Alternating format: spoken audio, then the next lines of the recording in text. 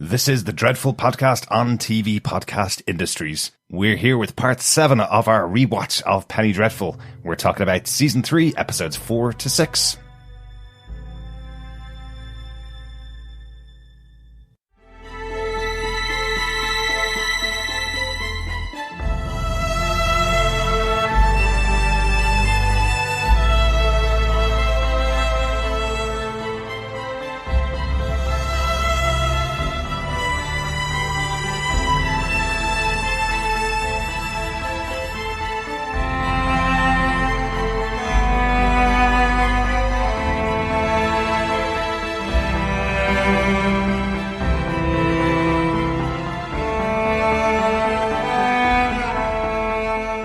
Welcome back, fellow Penny Faithful. This is the Dreadful Podcast on TV Podcast Industries. We're into part 7 of our retrospective of Penny Dreadful. We're talking about season 3, episodes 4 to 6. I'm one of your hosts, Derek. Hello there, fellow Darklings. Welcome to the dark side. I am one of your other hosts, John. Ooh, it is getting darker. It is. Am I a blade of grass or a dandelion? Yeah, I think a blade of grass. Everybody's a blade of grass. Yes. Things have changed quite a lot since we started doing these podcasts about Penny Dreadful. We were trying to bank quite a few of them to make sure that we had them all available in all 26 episodes, 27 episodes of the show recorded before Penny Dreadful City of Angels began. And then COVID-19 hit around the world, and it's been kind of interesting seeing how things have changed quite significantly. Yes, definitely. I think we're just into the final stretch of a 4-week lockdown, basically. 2 weeks of official, but I think for both of us working from home for 2 weeks before that. Yep. Certainly a lot of stuff going on for people to keep children, pets, themselves entertained, distracted, continuing to work from home, getting to grips with all sorts of things. So we hope that if you've had chance, you've been able to follow along with the Penny Dreadful podcast here on Dreadful Podcast. Certainly been really enjoying Penny Dreadful. Definitely. And cannot wait to get into City of Angels when that comes out on the 26th of April. Certainly a lot of TV now has been postponed or put back, at least just either because of production issues that have needed to be closed down. So all our Marvel stuff for this year really is going to be put back considerably. Yeah. And of course with films as well. So yeah, it will be interesting times. Yeah. And interestingly enough though, been seeing a lot of things in the podcast kind of arena to suggest that people maybe aren't listening to podcasts as much as you would think with the lockdowns in place. But I suppose there's a lot of extra things to do, or even people are just finding the time to do stuff that they've been putting off for a long time. Yeah. So yeah, it's tough times. Yeah. Well, I know commuting was definitely when I listened to podcasts most. And, yeah, absolutely. Definitely listen to podcasts when other people are in the house is really difficult as well. You know, you want to have the earphones in your ears and listen to it. I'm sure that a lot of people who would listen to podcasts, cleaning the house and doing things when they're at home on their own, in the house. But when you're surrounded by family and kids, maybe not the best thing to be listening to podcasts. So we thank you so much for joining us this time. And we do hope we're providing a little bit of entertainment and a good look back at Penny Dreadful as we get towards the end, because this is part 7 of our 8-part retrospective series. So we only have one big part left as we go to the close of Penny Dreadful, the first 3 seasons before we get into City of Angels. Yeah. And certainly we're about midway through with our coverage of episode 4, Blade of Grass, for those who are listening to the individual episode podcasts. Yeah, as we've been saying, we've been releasing these podcasts first over on Patreon. You can see them at patreon.com/TV Podcast Industries. Donate any amount over there and get access to all of the individual episodes. We're also releasing individual episodes over on dreadfulpodcast.com. And then these main ones, these big gathered together episodes, are releasing on tvpodcastindustries.com, our main feed for all of our podcasts. Yeah, so please pop on over to our website at tvpodcastindustries.com, where you can go to any good or evil podcast catcher of your choice. You can check out Penny Dreadful City of Angels, our recent Star Trek Picard coverage. There's also Watchmen, The Boys, and Good Omens from last year, as well as Pennyworth, which was the Alfred Pennyworth kind of almost follow-up, I suppose, to Gotham by the creators of Gotham. And, of course, all our back catalogue of Marvel movies and the Marvel Netflix shows, which, Daredevil, it's 5 years today that it got released on Marvel, season 1 of Daredevil, on Netflix, I should say. So, 10th of April. 2015. Gosh, I was going to say 1995 there. 2015. That's how old I am. Yes, 5 years. So, 5 years podcasting about the Marvel stuff. But yes, also we did have 5 seasons of Gotham as well that we podcasted about. All available on our feed over in TV Podcast Industries. But without further ado, let's get into our discussion about season 3, episode 4 of Penny Dreadful, A Blade of Grass. This episode was directed by Toa Fraser. This is his only episode of Penny Dreadful that he directed. But we have spoken about him a few times before. Funnily enough, mentioning Daredevil, he directed Daredevil season 3, episode 7, Aftermath, and he directed season 2, episode 3 of Iron Fist, The Deadly Secret. Really good second season for Iron Fist, and Toa Fraser did a great job over there. Also worked with vampires again on 2 episodes of Nosferatu. Another show that we have in our queue to watch as well. So yeah, great stuff. Yeah, this episode was for me a real grower. I think it felt a little weird to begin with, but certainly on rewatch, I really took to this episode. I thought it was really clever. Definitely. Once again, written by showrunner John Logan, and I will say I'm a terrible podcast host, John. No, you're not. Because guess what? I've been talking for 2 full seasons of Penny Dreadful, and forgot to mention that this season we have our first credited staff writers on each episode of the show. The staff writers of Andrew Hinderaker and Krysty Wilson-Cairns were brought on board at the start of season 3, or at least given a credit from episode 1 of season 3. Every episode has had these 2 listed as staff writers, but I didn't see it in the credits of the episodes. And I've been saying the whole time that as soon as John Logan steps back and somebody else is helping him out, I'll mention it on the podcast, and I completely forgot. So apologies. Should have mentioned that back in part 6. But Andrew Hinderaker and Krysty Wilson-Cairns will be writing some episodes that we're going to be talking about as we go on through our discussions. John, do you want to give us the official summary for this episode of Penny Dreadful? Sure. In order to better understand the plight that she has been given to deal with, Vanessa convinces Dr. Seward to hypnotize her so that she may relive her time in the clinic and remember her meeting with the Master. In doing so, she discovers that the only person she ever saw in her room at the clinic was John Clare, aka the creature, aka the demon. aka many other characters in this episode. So while she may have only seen one person, he does embody a number of other characters. As you mentioned earlier on, this is a very interesting take on the flashback episode for the season. We did have a flashback episode in season 1 where we made our first visit to the Banning Clinic, and then in season 2 we had the flashback episode with Joan Clayton. Now the same actress playing Dr. Seward in here. So now we have another flashback going back to Vanessa's time in the Banning Clinic and her time with who we assume is John Clare. We still haven't gotten his real name in this episode. I think he's called the Orderly in the credits for this episode. Yes, he is. He's the Orderly. So yes, another persona for John Clare. This time his previous life before he dies and gets obviously reanimated by Victor Frankenstein. And certainly, we get hints of his family life here. He mentions his son, he mentions his wife that we have seen in previous episodes so far, in the workhouse on hard times, after their husband and father had died. We still don't know the reason for that.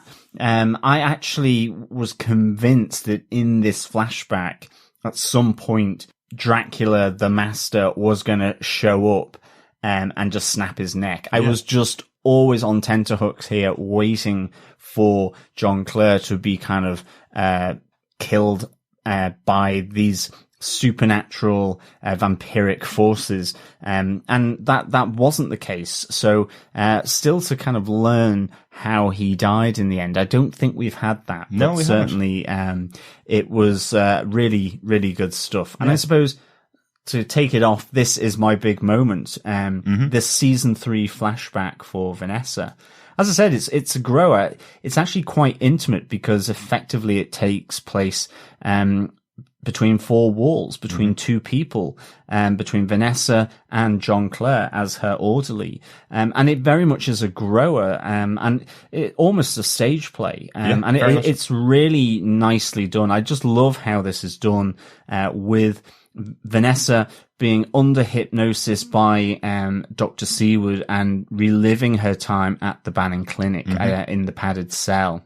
It just gets so good how Vanessa increasingly gets trapped within her own consciousness as she has been hypnotized by Dr. Seward. And I love these moments where Dr. Seward pops back into the cell as she's trying to connect with Vanessa. And over time, Dr. Seward is saying, I've been trying to get you out of the hypnosis, but you're so far in, you are now lost within your own consciousness. As you can imagine Vanessa being absolutely fraught to find out when did she meet the master in the Banning Clinic. And there's a great cigarette motif as well, where right at the start, as she's hypnotizing Vanessa, putting her under to try and find out who the master is, she lights up a cigarette.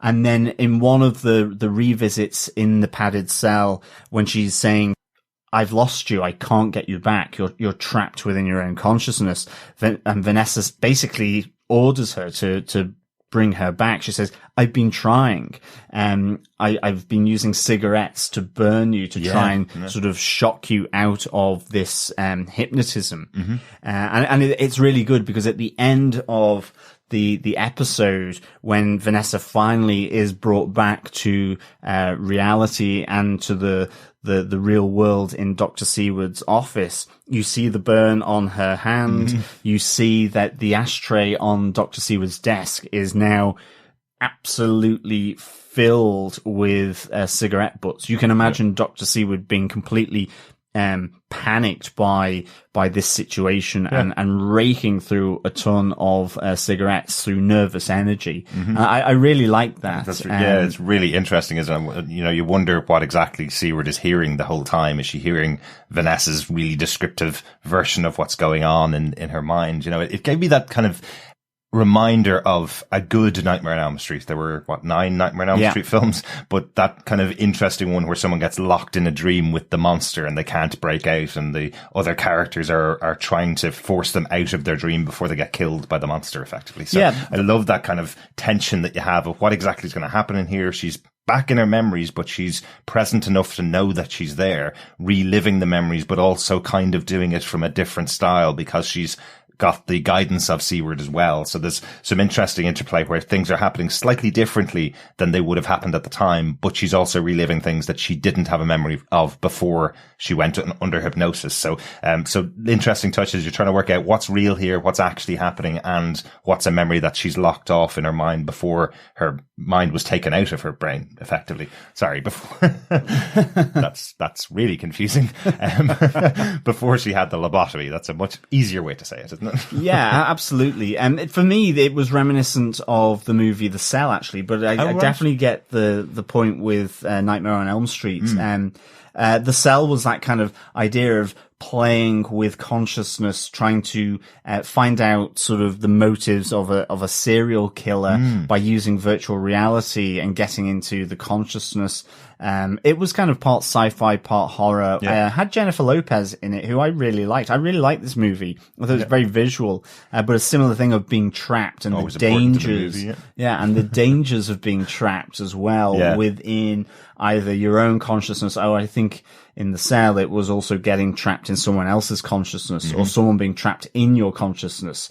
It also had, speaking of Daredevil, Vincent D'Onofrio. Oh, fantastic. And he was excellent in that. But, actually, most things really, Vincent D'Onofrio. Yeah. Exactly. This is kind of a similar thing. You know, you're trapped within this padded cell, the metaphor of, effectively a psychiatric ward, padded cell, being trapped within the hypnosis. And ultimately, you know, Vanessa's goal is to find out who is the master, but I do like the moments where, her and John Clare as the orderly, you know, he's telling her about to get well, to get better. Mm-hmm. He's saying, well, the next treatment's worse. You know, you run through these treatments that you saw in season 1 of the hydrotherapy, the electrocution, and the electrotherapy, moving towards the lobotomy. And he's trying to pull her out of this. He says, you're just not well. It's science. It's not superstition.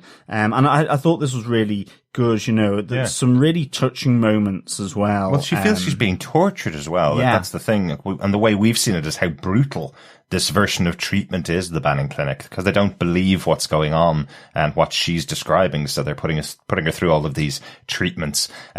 And it is the orderlies telling her, you know, these are treatments. They're not just doing it to torture you.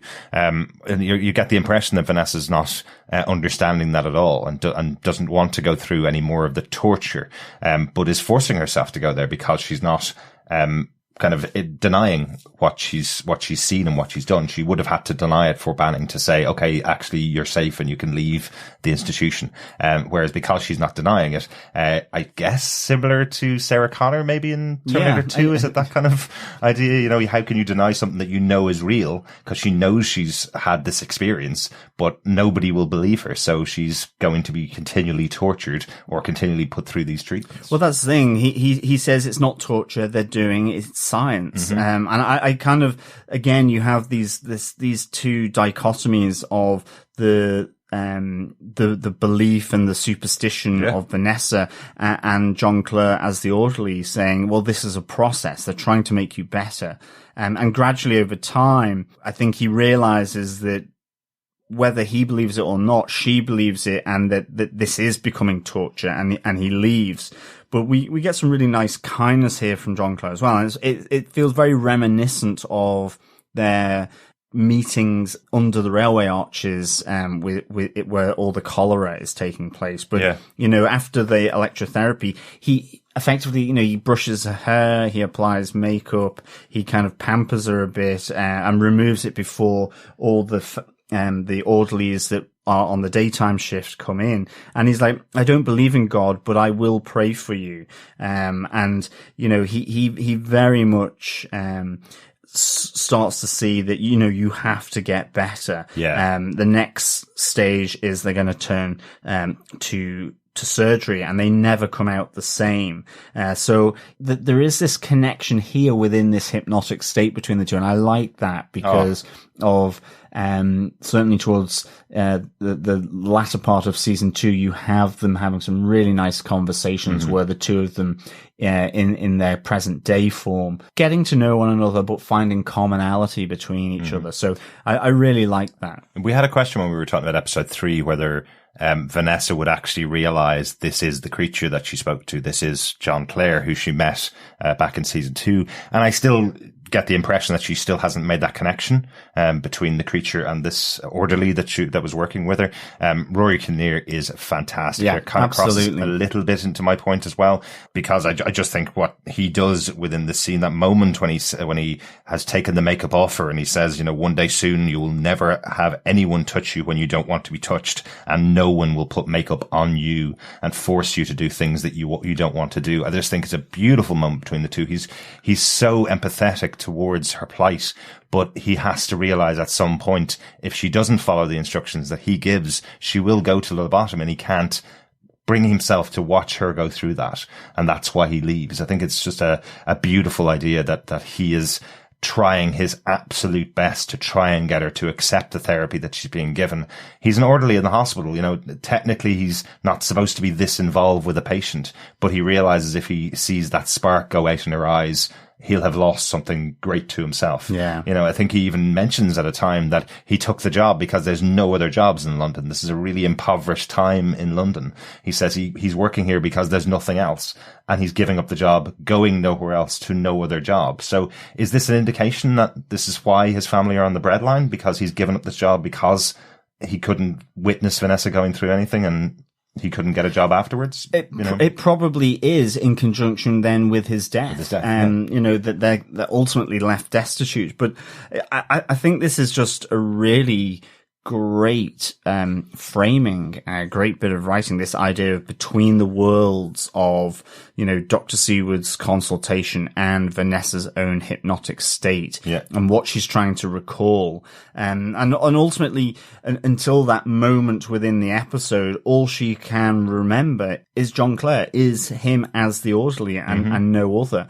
And you're wondering, where is this going to go until that moment where, and I suppose this is connecting into your point. Yeah. You get the dark eyes come across John Clare's own eyes, very reminiscent of what happened to Sir Malcolm, where he gets possessed.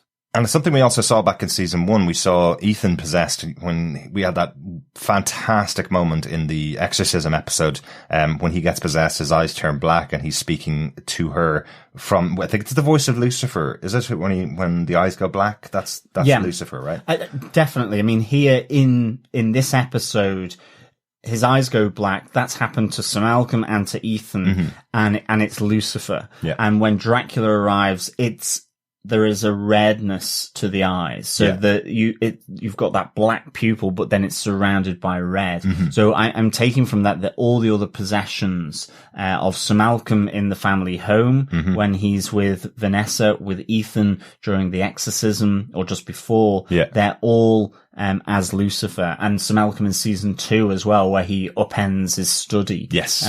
As they're kind of getting close to the Verbus Diablo sort of decryption, that's all Lucifer. So Vanessa here in this cell at this moment is visited upon by Lucifer possessing the orderly. Yeah, it's such a good scene. Like when we have the whole series, really, the whole experience of Vanessa Ives boiled down to this one moment, really. It's, we saw in season 1 there was the hidden master, which we know now was Dracula. In season 2, it was Lucifer who was chasing her soul. And now we have the battle between these two brothers, one who wants her soul and the other who wants her body and wants her to live at his side as her bride for eternity. Not a great offer, really, that the two of them are putting on the table. I think it's quite interesting when they're saying to someone, I suppose as caring and loving as Vanessa hopes she is underneath it all, I suppose.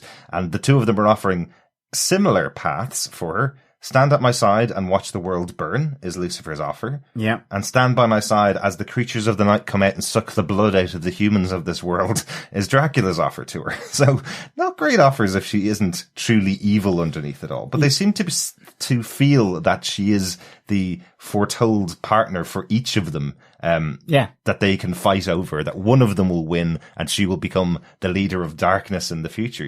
I know she's said the Verbus Diablo and she's massively changed by her murder back in season 2, but I like that she has this internal battle in herself as to whether she will follow the dark path and choose one of these two or follow the light path and fight against the two of them. Well, it's really, this is really nicely done. I love this where the two fallen brothers, the fallen angels from the grace of God visit her in this cell, and you have the shadow of the snake moving across towards her. And then when, Dracula arrives, you have the shadow of the bat. And in both cases, Vanessa is drawn firstly to Lucifer across the floor where he's giving her the offer, and then the two of them crawling their bellies across the floor, and then pulls back, and all the furniture is moved around as Lucifer's other fallen brother, Dracula, the king of beasts, arrives, and again, she's drawn to him and plays up to him, offering her neck. But I really liked how Lucifer seemed cowed by Dracula. It was kind of an interesting thing. They have this kind of nice sort of binary explanation of it, where it's like Lucifer feeds on souls and Dracula feeds on flesh. One is of the domain of the spirit, the other of the animal, and one in reality. And so actually where Lucifer is, maybe he's slightly sort of powered down in a sense, because he's not in his realm of souls and spirits. Yeah, maybe he's on Earth. But it certainly seemed that Dracula was the more confident here of the two, and I like how it's there's that almost rivalry between these two brothers as well. And it all connects back to that Verbus Diablo where Mr. Lyle has explained these two brothers, Dracula on Earth, Lucifer in the spirit world. And this is a really nice addition to the Dracula story. I don't recall anything where he is seen as being a fallen angel, a brother to Lucifer. Yeah. So this is really a nice bit of mythical update or new story that John Logan's bringing here, which he's brought since season 2, and I really like it. I like the idea of it. Absolutely. There's certainly a lot in vampiric mythology, I suppose you'd call it now, because so many people have written about vampires. There's certainly a lot about them being demons, and a lot about them being demons possessing a human and then turning them into this version of demons. I know Anne Rice has talked about it in that way before. I know Buffy the Vampire Slayer had that idea of them being demons as well, and they're possessing the human form. But the idea of the two of them being brothers, Lucifer and Dracula, I really love the concept of it. And as you say, I love the idea that potentially Lucifer feels less powerful than Dracula, because you would kind of feel in mythology, Lucifer, the devil of hell, the controller of hell, the fallen angel, with his army of fallen angels behind him, you would always think of him as being the more powerful, and Dracula being, a lesser demon who just sucks in the blood of humans, Yeah, so exactly. Having the two of them being not only equals, but brothers, and Dracula being possibly much more powerful because he's able to have Lucifer cower in the corner while he makes his bid for Vanessa, I think is a really good, interesting touch, because you just wouldn't see it like that. You'd almost see the two of them pitted against each other. Lucifer would win in the versus battle between the two, but you see the power of Dracula here. It's really interesting. I think the other thing as well, I like the fact that this moment with Lucifer and Dracula is almost another level into Vanessa's consciousness as well, because this whole section within the padded cell is bookended by John Clare as the orderly asking the question, so why would the devil be interested in you? Mm-hmm. Which is really nice. Again, these layers of consciousness that she's falling into, and it's almost like Inception. Yeah, she needs that jolt. In this case, that the cigarette butt doesn't work, but I really like that aspect to it as well. But ultimately, Vanessa comes back a level by turning the tables on Dracula and Lucifer herself with speaking the Verbus Diablo. And it all comes from Dracula saying, well, who are you to disobey me? And she's like, I'm nothing, no one. And it comes to just a blade of grass. Mm-hmm. Again, the blade of grass motif has been discussed previously when John Clare brings her a children's poetry book. And I like the fact that John Clare says, I don't really like poetry, because he's so obsessed by poetry as the creature. That's true, yeah. But it's that I am just a blade of grass. And she talks about her protector being God, but it's a really interesting thing, and I'm not really fully clear on the law or the superstition maybe, but she absolutely does have her foot with and herself with God as her protector, yet there is an evil within her that she speaks as Verbus Diablo. Yeah. It's almost like, is this God's secret weapon as well? And that's why she needs the wolf, to be able to turn the tables on Dracula and Lucifer with effectively their own trickery, and evil. Yeah, well, absolutely. I think the central mythology, I suppose, of Christianity is that we are all God's children, but we were given a choice to choose either the path of good or the path of evil. And throughout this kind of recap of what's going on with Vanessa, throughout this, what we're hearing from both Lucifer and Dracula is she must make her choice to go to them. They can't force her to go with them. And she is choosing the path of righteousness. She's saying, my soul is mine alone. And she said this back in episode 8 of season 1, or episode 7 of season 1. She said, it's my soul. I choose to keep it and you will never make me give it up. And here she's saying it again. She's saying, my God is the one that I follow. He's my protector. And I'm still not making the choice to go with either of your plans to burn the world, which I love. It shows that power of the character of Vanessa, because she still believes I'm just a blade of grass. I am nothing. God looks at me as a blade of grass and you think that's a bad thing, but I belong here. And I'm able to make my choice, and my choice repels both of you. And it is fabulous. Really, really good, strong one. That's my big moment from the episode. And that's your big moment. Just to kind of wrap it up. For me, this episode is the reason why it's so good is because you could put this on stage and call it Penny Dreadful the entire series and have 3 actors in the roles. And that's it, because this battle is boiled down to this moment really before Vanessa. Yeah, absolutely. You don't really need anything else. I love all the other characters and I love the story of the 3 seasons, obviously, of course, but having this battle raging in the mind of Vanessa with just those 2 other characters is great. And I must say, I can see why Rory Kinnear is coming back for City of Angels. If he's given stuff like this to do again, he'd work with John Logan over and over again. Definitely. I mean, this is the heart of the matter, isn't it? This is why there is the company around Vanessa, of Sir Malcolm, of Ethan. Okay, they're flung to the corners of the world in this season. Yeah. But it's an interesting kind of switch that she is now having to fight it alone. And when she is pulled back into Dr. Seward's office, she goes, I'm no longer afraid. I have a name. His name is Dracula. Absolutely. And it finishes on that. And it's this person who is baiting her, is the scourge of her, has been nameless, and that's part of his power. And now she knows who he is, what the name is, and can begin to find out about this being, this fallen brother, Dracula. So really, really nicely done, I thought here. Oh, it's fabulous. I love that. That's the response to Dr. Seward's comment to her before that we name things so they do not frighten us. I am not frightened. It's such a powerful little moment from Vanessa there. Yeah. Really, really good. Any other notes on this episode before we close, Rhett? Just simply the little model ship that we saw in the workhouse, I think in episode 2 or 3.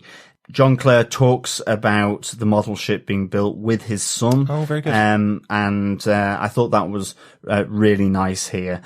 Just a nice little touch between these 2 aspects of John Clare. And again, I think for me, I really want to know how John Clare died. Obviously, some massive facial scarring, so I presume it wasn't pretty, but really, really nicely done here.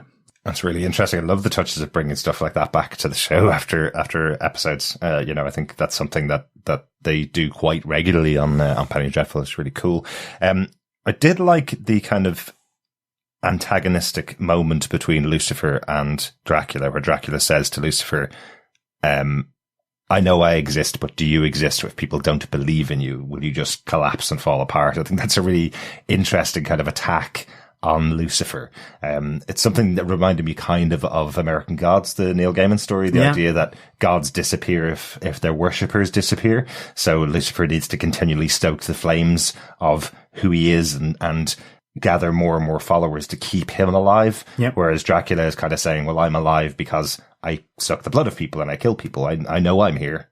Do you know you're here? I think that's quite an interesting kind of antagonistic relationship between the 2. Well, that's it. I think it comes back to that he is in his element because he can feed on the flesh, and that's why he draws his power. Lucifer can only, effectively, we're being told by Dracula, he consumes souls, and he's out of the spirit world, so he can't consume it. I think if the tables were reversed and Dracula was in Lucifer's domain, I think you would see that Lucifer is more powerful. Much more powerful. Yeah. And I think that's to the interesting point that in the real world, in the world made flesh, I suppose, to speak biblically about it, it's that Lucifer's power can only come from being believed in, because he's got nothing to feed in. He feeds off that spiritual energy of people believing in him. But it's really nicely done. And as you say, really connects into, the American God, book by Neil Gaiman about whether, some of the ancient gods or lesser known gods, like with Thor, with the in Norse mythology, in terms of Anansi within African mythology and spirituality, that even the genie from Middle East mythology, that these have lost power because people no longer believe in them. But thanks to Disney, their power is returning. Yeah, well, exactly. Maybe there'll be an Anansi movie coming soon as well. Final question on the episode before we close it out. One thing that was popping into my head, because this is a very interesting mechanism of how they're going back into Vanessa's mind. It's the hypnotism. It's her remembering things that maybe she had locked off in her mind before the lobotomy happened.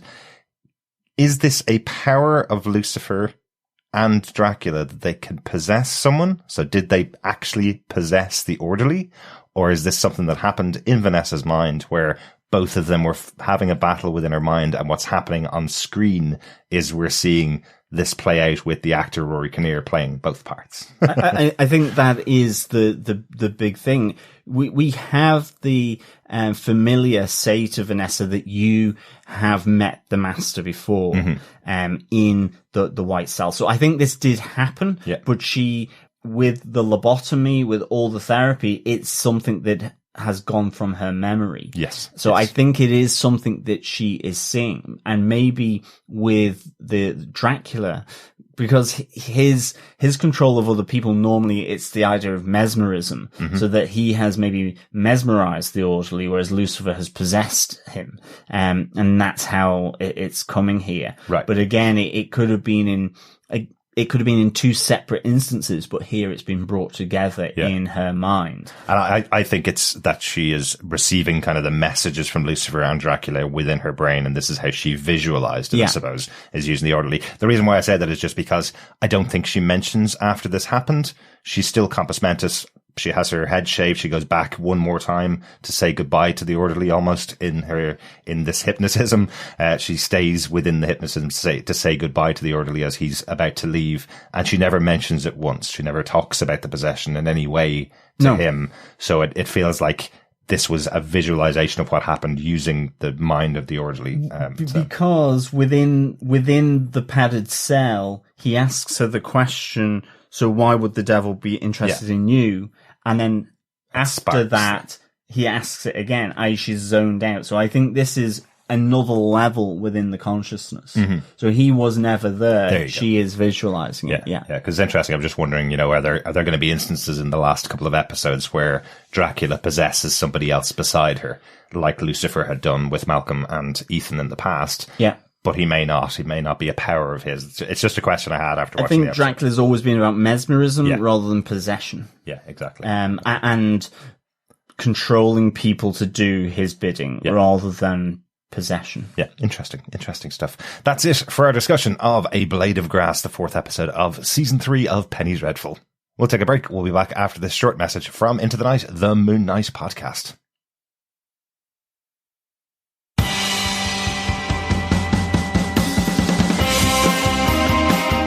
Hi, I'm one of the High Priests of Khonshu Ray, and I have the sacred privilege of providing you, the loony listener, with a podcast honouring Marvel's very own Moon Knight.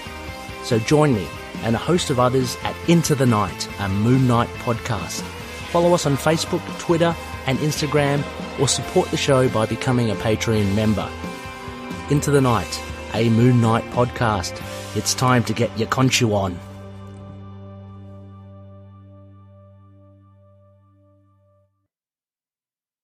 And we're back. Welcome back, fellow Penny Faithful. We're talking about Season 3, Episode 5, The World is Our Hell. I'm one of your hosts, Derek. Hello there, fellow Darklings. I am one of your other hosts, John. World is kind of hell at the moment, as we said earlier on. It really is, yeah. The world is going to hell with lockdown in full swing. But we've already talked about that, so we're not going to dwell on it. We're going to just talk straight in about this episode of Penny Dreadful Season 3, Episode 5, This World Is Our Hell, was directed by Paco Cabezas. This is his first episode of Penny Dreadful, but he directs 3 of the final 4 episodes of Penny Dreadful, and he is directing Episode 1 of Penny Dreadful, City of Angels. Ah, very good. Yes, entitled Santa Muerte. As we discover some very interesting Mexican mythology coming up in that series of Penny Dreadful. Looking forward to that. Yeah, definitely. And it's time. This episode was written by Andrew Hinderaker, not by John Logan. Wow. Yes. He has been a staff writer on all of this season, but this is the first time another writer has gotten a credit for this show. Yeah. Well, it's a really good episode, this one. I really loved it. So, fair plays. And to be honest, if you're a staff writer with John Logan, a bit of that Loganism is bound to rub off on you as well. Yeah, definitely. Andrew's currently working on a science fiction series called Away about an American astronaut about to leave Earth for a dangerous mission with an international crew. So very different to his experience running off to the wild, wild west in this episode. But maybe it merges a little bit of horror into the science fiction there. Dare I say it, leaving Earth for a dangerous mission with an international crew. What could possibly go wrong with that? I'm sure it's absolutely grand. John, do you want to give us the synopsis for this episode? Sure. Ethan and Hecate, Sir Malcolm and Kaetne, and Inspector Rusk and the Rangers all continue the trek across the western landscape. Frankenstein and Jekyll, meanwhile in London, test their modified serum on their subject with miraculous results. Hecate encourages Ethan to embrace his dark side. They also reveal secrets to one another, bringing them closer. With Ethan's agreement, she summons rattlesnakes to kill the Rangers. Mm-hmm. Rusk and Osto survive, although Kaetne is bitten. Ethan appears to accept his darkness more and more and makes love to Hecate. In the desert, Ethan's horse collapses, then later Hecate's, forcing them to continue on foot. Hecate later collapses from the heat and is barely alive when Sir Malcolm arrives with Kaetne, also barely alive. Sir Malcolm attempts to murder Hecate, but Ethan won't allow it. Riders summoned by Ethan's father, Jared Talbot, arrive and take them to his estate, leaving Kaetne to die at the request of Ethan. Sir Malcolm is unhappy with this, but Jared Talbot requests Sir Malcolm's assistance in dealing with Ethan. He shows Ethan the room where their family died at the hands of Native Americans, saying that he will pay for his hand in it, aiming his pistol at him and demanding he repent, then and there, on pain of death and damnation. Who finally, from episode 1 of season 1, we never knew what was happening with Ethan, why he was on the run, what was going on with him, and this episode gives us all of those stories all wrapped up in one episode. Yeah, definitely. What a great episode this is, yeah. And interestingly, it's only one of 2 episodes of the entire show that don't feature Vanessa Ives. Yes. Interesting, isn't it? They have an episode. Maybe that's the reason why John Logan wasn't writing the episode. He was like, okay, you can have this episode, but you're not having Vanessa. Maybe that's what it was. Yeah. Maybe not. But a really fascinating final discussion, I suppose, about the history of Ethan that we get in here. And I know that kind of features in our major points. John, what's your big moment from this episode? Dare I say it, it's almost 2 big moments. I'm starting with a quote. Not too different, you and I. Yes, Hecate and Ethan grow closer together as Ethan embraces his dark side. I really enjoyed this because it's something I actually wasn't really expecting of Ethan. Certainly because of his chivalry with Vanessa and certainly felt like he was embracing that. But Hecate has been tempting him since season 2. That great moment where she comes into his room and then leaves through the mirror to give, or to offer him to stand by his side. And effectively, rather than being the Lupus Dei, I suppose being the Lupus Diablo. Yeah. And so I think this is a really great moment here. I think what I really liked here was, Hecate saying, like Ethan, she didn't get to choose the master that she serves. Her mother, Miss Poole or Madame Carly, enlisted her at 5, and she describes how Lucifer raked his claws across her body. And I thought this was a really kind of nice reflection of Ethan also, talking about how he came to atone for this killing of Native Americans. He talks about this attack on a tribe, and his commanding officer in the US Army, who he ultimately kills because he's brought this boy and dumps the body to poison the water and to further kill the Native Americans. And so he kills his commanding officer after this slaughter. We get this really great moment, and this is one of the big things I really loved. Dare I say it, loving the lore. I really enjoyed how this story that Ethan describes is also told simultaneously by Caetney to Sir Malcolm. Yeah. And they move between the two tellings of this, how Ethan really came to Caetney and his tribe to atone. He wanted to be killed, to be scalped, and to die for killing his people. But as Caetney says, I thought it would be better to keep him alive and to fight with us. And it's just lovely how they move from Ethan to Caetney as this story unfolds, and how Ethan fought with the Apaches so much. He almost reveled in it because he took to it to redeem himself. And they talk that it's actually, I found it quite poignant where Caetney says, they sent 5,000 soldiers to hunt down 39 free Apaches. Yeah.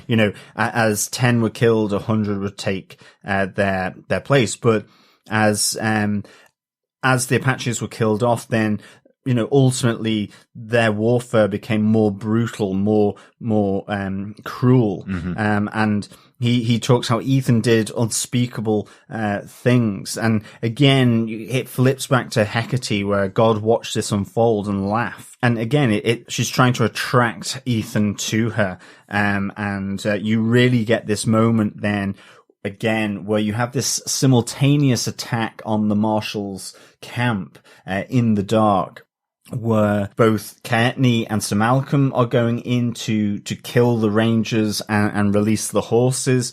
But for Ethan, this is the moment where he is, I suppose he goes, I'm done trying to be good, and asks her to call forth the rattlesnakes, but she needs his blood. That is the thing that has the power. And she as she's incanting, which is really nicely done, how she's moving her hands through the sand, and she goes, my master makes beautiful music. As you see these snakes coming through underneath the sand and popping up to then bite and attack the Marshals' camp. And Caetney's there ready to, there's a great little moment where he sees the snakes coming up, and as the snake comes up to bite effectively him, he slits the throat of the ranger and takes the head off the snake. What a cool shot that was. Really, really liked it. Yeah, it was really, really good, really dynamic shot. Really good. I just loved it moving between Ethan and Caetney. There's obviously a history there. There's this idea that Caetney is also his father, or one of his fathers. Certainly a creator of who Ethan became. Exactly. Yeah. And it's just really, really nicely done. Yeah. I thought I really enjoyed moving between Caetney, Sir Malcolm, Ethan and Hecate as Ethan descends and is taken in more and more by Hecate, where he kind of gives up and releases himself to his darker inner feelings, which, in terms of his time in the US Army, he has had many. It's almost, you could say, being in London with Vanessa was the aberration here for Ethan Chandler. He massacred Native Americans. He then massacred US Army soldiers with the Apaches in revenge.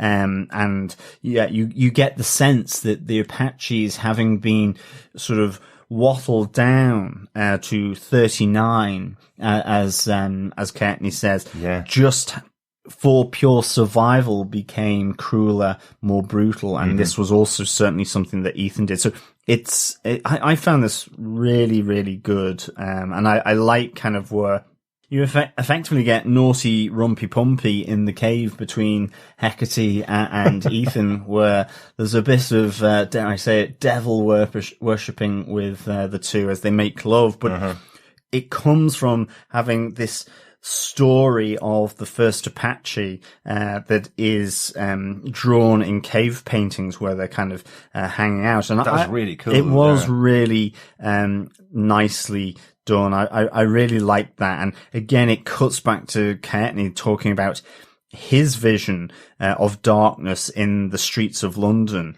where there's the creatures of the night are roaming, and he sees his son who he must save. That's why he's effectively with Sir Malcolm, is this idea of saving Ethan, because all the world will turn dark and the creatures of the night will come upon the earth.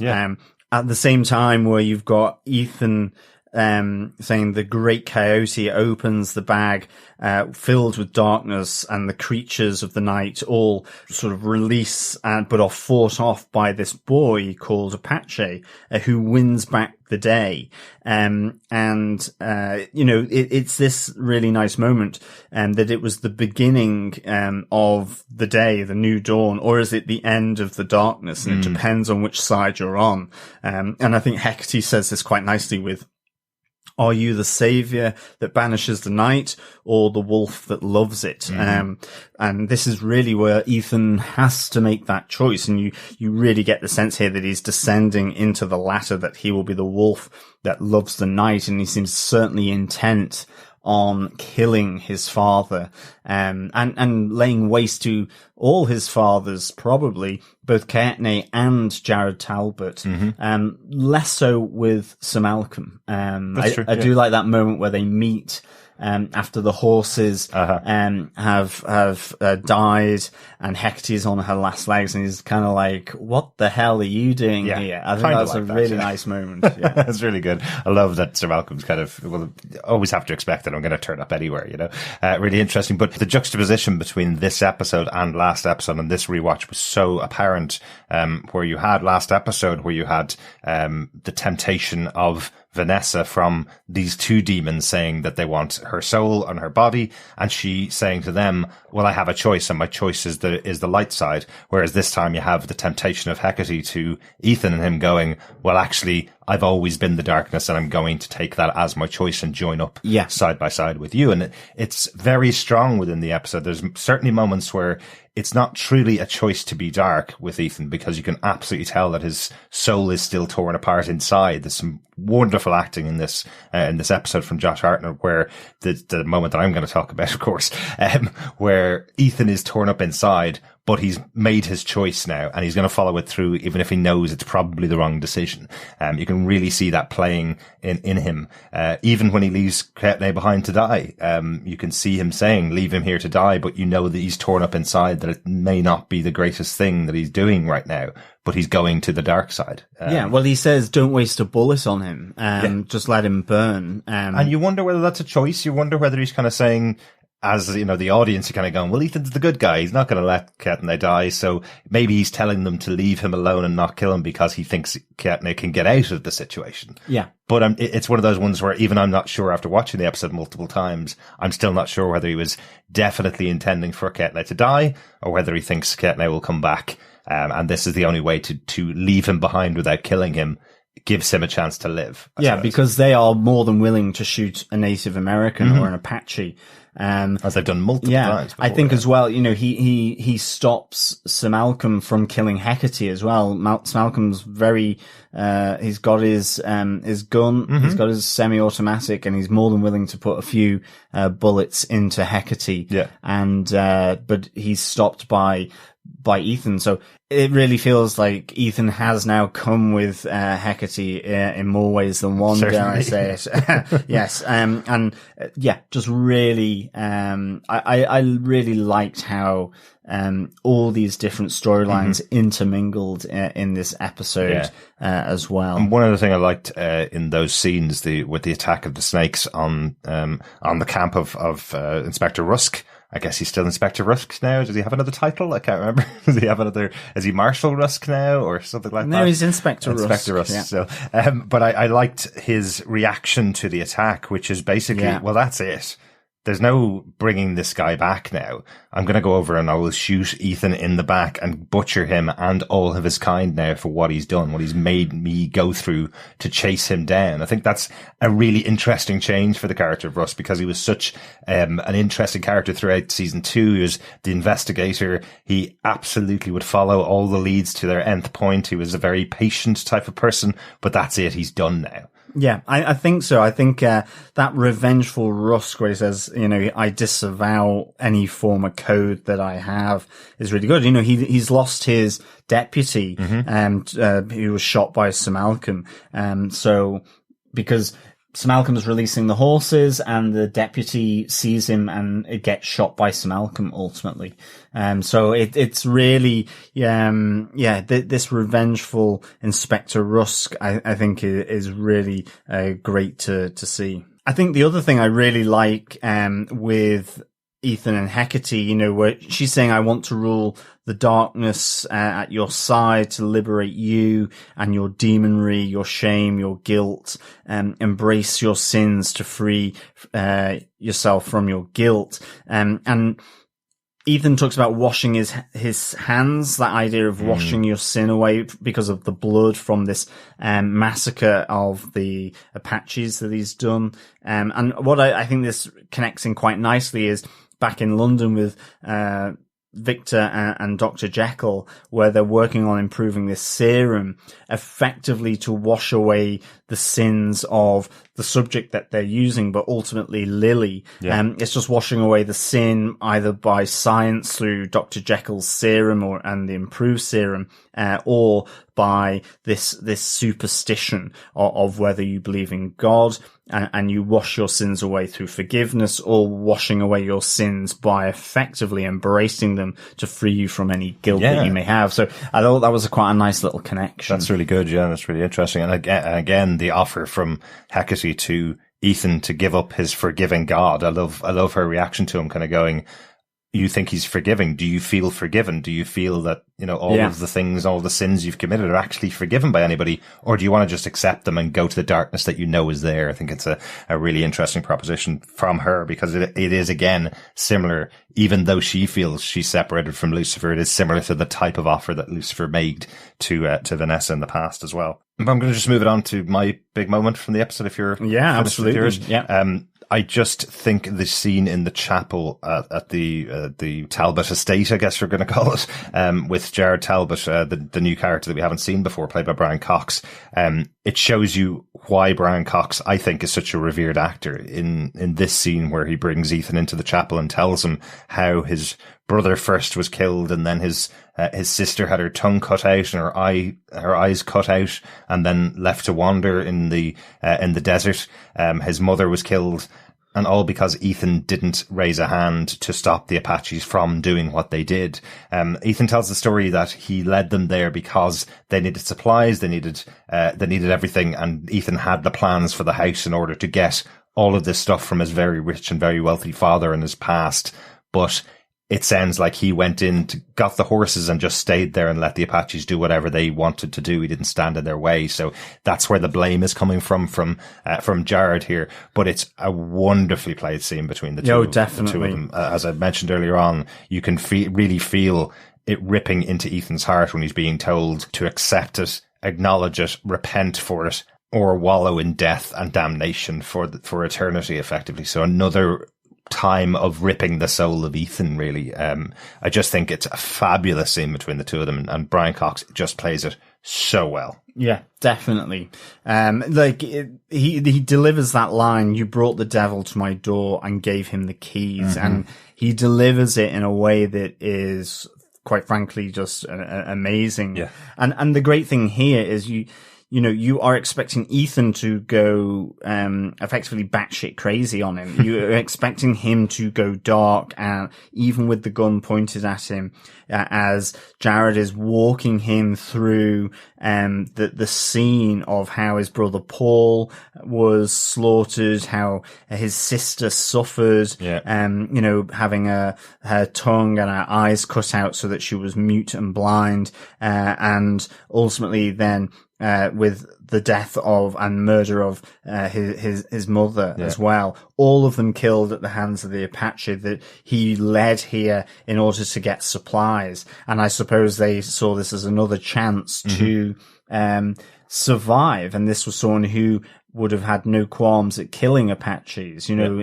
They had no idea of land ownership in the same sense that he would have done. So for him, they were always these trespassers on his land, not that he had even taken theirs. This idea of, as well, seeing them as savage compared to their Christio Western religion.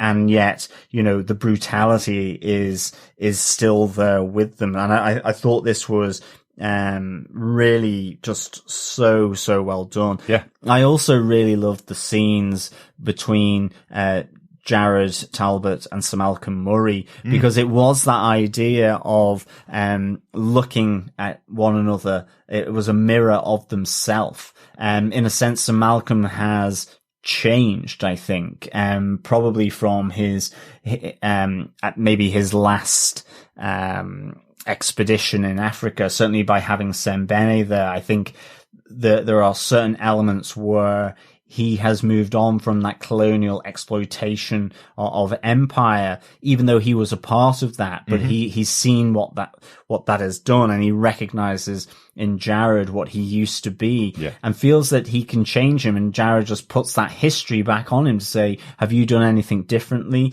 Ask the tribes in Africa, how benevolent and caring you are to them. So I thought I thought those exchanges were really superb as well. Because they are very similar characters. That's part of the reason, I suppose, why that relationship developed between Ethan and Malcolm the way it has, because Malcolm's saying that he can see the experience that Jared's gone through in the experiences he went through with his own children, and as you say, telling him to put it all aside because you can never mend that relationship with your son unless you try, effectively. So it is interesting that it's thrown back in his face by Jared before this final confrontation between the two of them at the end of this episode. But it is a wonderful episode, and again, going through this rewatch of the series from episode 1, all we had was this guy was a gunslinger on the run from America, effectively taken on as a hired gun by Malcolm and the team and brought into this world. And now in the 3rd season, we're finally getting an explanation for who he really is underneath it all. And it's dark and dirty. Like he's not running away as a survivor of an attack or something like that. He's the one that didn't lift a finger to stop the murder of his family. Yeah, exactly. And he also murdered his former compatriots. And previously to that, he murdered the Apaches at the request of the US Army. Dirty, dark past that we probably didn't expect the first time we watched the show. I don't think we expected to be this bad, I suppose. Yeah, absolutely. I think the other thing as well is with Jared Talbot, he says, I've left everything the way that it was on that night, with the exception of the bodies. But the chapel, the family chapel, is bloodstained. Yeah. The pews are messed up. They're strewn around the chapel. And it's all in this moonlight as well, which gives it a really atmospheric moment. I did think that, was it a full moon, and were we going to see Ethan change to extract his revenge on his father, embrace what Hecate has been saying by turning into the wolf and attacking him. So I thought this was really, really superb. Yeah, absolutely. That was my one note at the end of the episode. So while we do get the history of Ethan and why he was on the run, I suppose, we still don't get the reason why he's a werewolf. We don't get his creation or what it was that has led him to be a werewolf. Maybe that's coming up in the last 4 episodes of the season. But what made him the Lupus Day? When is that point that he changed into the werewolf? We haven't got that yet. So I'm looking forward to that little bit of mythology to tie up his storyline. Definitely. Any notes at the end of this episode, John? Just the little whiskey reference, the nice little moment between Jared and Sir Malcolm before their great verbal standoff, where he hands him an American bourbon by William LaRue Weller, where he is using wheat instead of rye in the mash, and that is why he is a pioneer. He's switched up the American bourbon industry in one foul swoop, and Sir Malcolm seems to really quite enjoy it. So Jared does promise him that he will be sent back to England with a case. There'll be no drinking of that Scottish muck that he says, which I'm sure for Brian Cox, as a Scotsman, he must have realised the little in-joke that was being done by the writers there to get him to say that. He must have Scottish. That's really good. He must have been cursing them and hoping to set Lupus Day onto those writers. That was exactly the same note that I had, just because we've done Whiskey Watch so often over the years of the podcast. It's still in existence today. That it's WL Weller is what it's called, the bourbon type, but it's still in existence today, and apparently still quite a revered bourbon. Yeah, very good. Yeah, there you go. But that's it. That's all the notes I had for the episode as well. I wanted to just mention, obviously, about Dr. Frankenstein and Dr. Jekyll working on their serum, but you already mentioned that earlier on as well. So it's interesting that most of this episode takes place in the West, in America. There's not much taking place in London, which is probably the first time that we've had such a small amount. And it feels like with Jekyll and Frankenstein's story, the scene that's there could actually have been placed in any of the other episodes. It doesn't feel like it necessarily needed to be in here, but it's really good that you pulled out the connection between the two of cleansing the sins that they've created. Yeah, absolutely. Well, I think the other little connection with it is you have that moment where Victor does say to Dr. Jekyll, it's our memories that make us monsters. And it is the idea that in then these stories being told by Ethan, it's their memories and recollections of times gone by, and this is what has hardened them into this monster of Ethan, as well as for Kaetne in terms of surviving the persecution by the US government and the army. And I think that is, really, really another interesting sort of connection here that the writers are pulling between London and, dare I say it, the Wild West. Absolutely. Really interesting stuff. That's it for our discussion about Penny Dreadful, Season 3, Episode 5, This World Is Our Hell. We'll take another little break and we'll be back with our discussion about Season 3, Episode 6, No Beast So Fierce. Rawr! Hi, this is Derek from TV Podcast Industries. Hi, and this is John. We hope you're keeping well during this time. I know it's really, really tough for everybody to be stuck indoors, but we wanted to say a big thank you to everyone over on our Patreon who's been supporting us for the last while. That's what's been keeping these episodes going, our Penny Dreadful rewatch. And to everybody else who's been listening to us over the last 6 years that we've been podcasting. It's been great having you on board for all these episodes. Yeah, absolutely, fellow industrialists and darklings as well, if you're tuning in just for Penny Dreadful.